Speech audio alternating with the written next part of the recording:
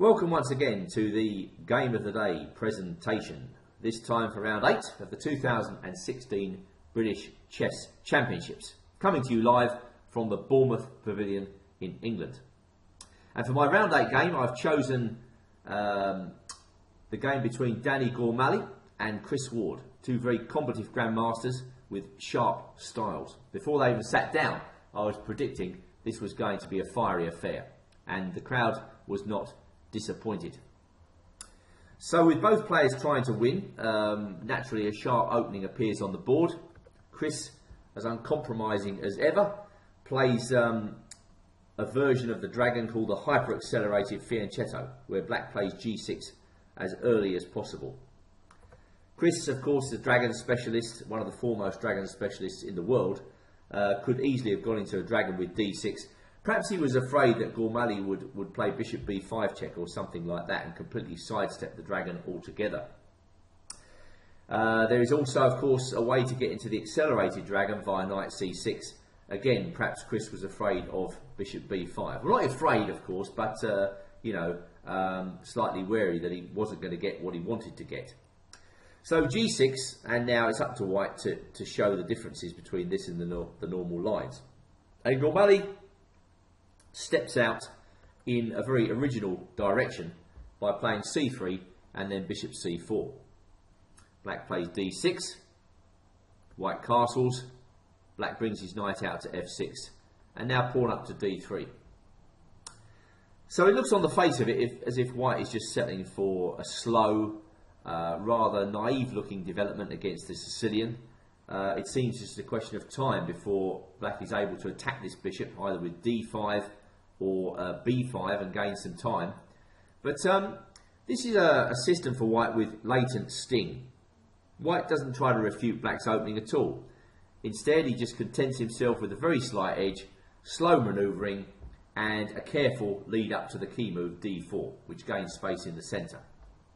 Black, meanwhile, doesn't experience any real difficulty with development, and so just continues normally with knight c6, whereupon Gormally plays h3. And that's a pretty good move, because it prevents black from unloading this bishop on c8 by playing bishop out to g4. Basically, black would like to play bishop g4 here, take off this knight, and then just go through with the plan rook b8, b5, b4. Very easy plan to understand. h3 makes it more difficult for black to find a good square for the bishop on c8. Well, Chris plays rook b8 anyway. I don't think black's in any trouble in this position. He just gets a nice active position, reversed English. He's going to try and put pressure on the white queen side in typical dragon style or English style. So it's quite normal to see Chris pushing his queenside pawns forward. And black has a perfectly respectable game here. Knight to f1.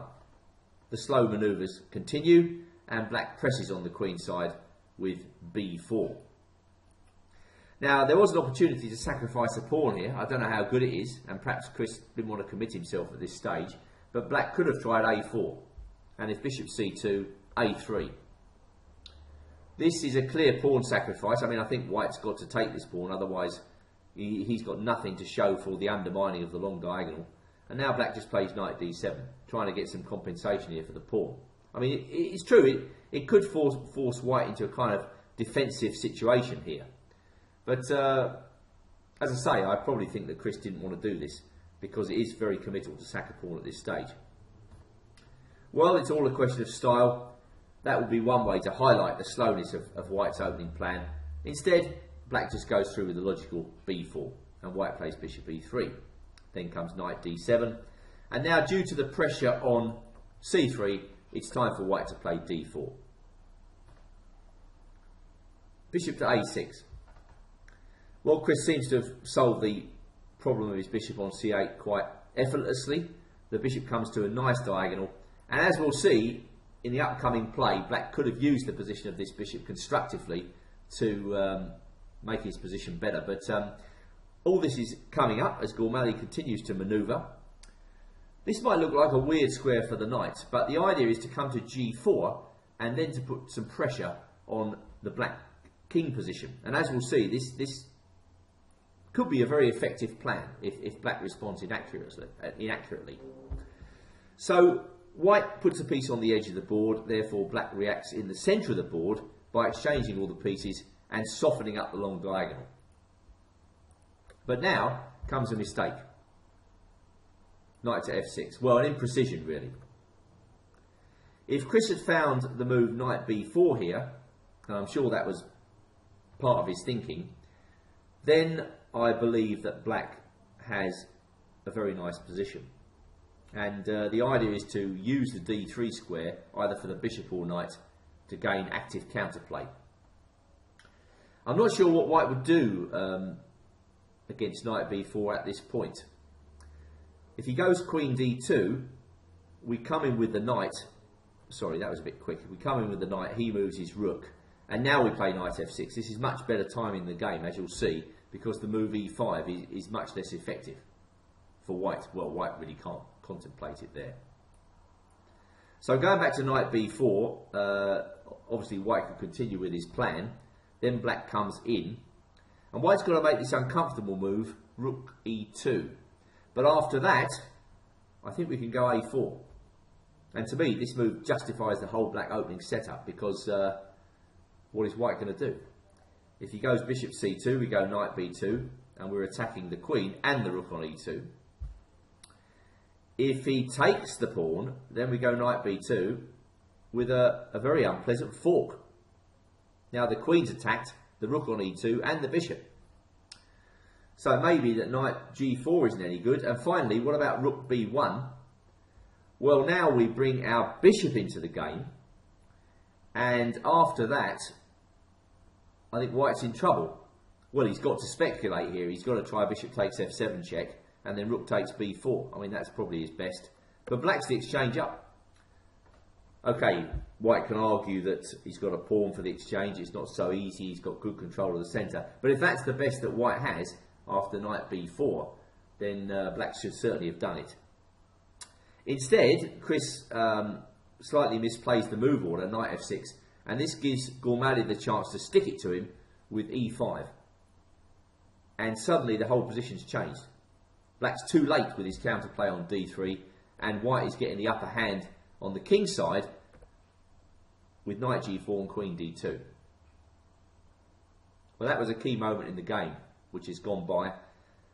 Chris plays knight to c7. And we can presume the point of that is that seeing the king side attack coming up, he wants to play knight e6 at some point, which will be a crucial defensive move. So Gormally plays rook a c1, black plays knight b4, and now a rather shocking exchange sacrifice, rook takes c7.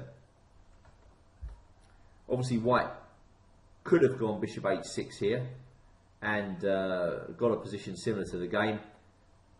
Black can reply with knight e6, and then something like rook c3, the attack continues. Probably Gormally was weighing up these continuations in his mind, trying to judge which is best.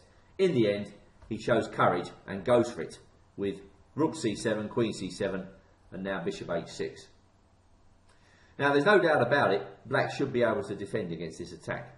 But with the clock ticking and Chris getting short of time, this type of attack is very difficult to ward off. You've got to be extremely accurate. And white has set up a game-winning threat. He's threatening bishop takes g7, followed by queen h6 check, followed by knight g5. So whatever black does has got to attend to those threats. Now you might think that the move f6 defends, and indeed it does, but if black plays this way, he's got to be prepared to return the exchange. I don't know whether Gormally would have played that, but that certainly looks like the most sensible play for white. White gets the exchange back, but at the same time, black's going to get hold of the dark square bishop. I don't know how to judge that. Instead, in the game, Chris plays very ambitiously, as is his style. He lures the white queen to h6 and now plays f6. Gormally takes it and now plunges in with his rook. Well, as you can see, this is dangerous. You know, if you're running short of time, the attack can look very, very strong indeed. Queen to g7. 7. well, Chris might have thought that that was necessary. Could he have tried queen to d8? A strange looking move. I mean, I can see why he doesn't do it, taking the queen away from the second rank. Maybe white goes a3 now, and the idea is bishop c8. Black wants to be rid of the rook.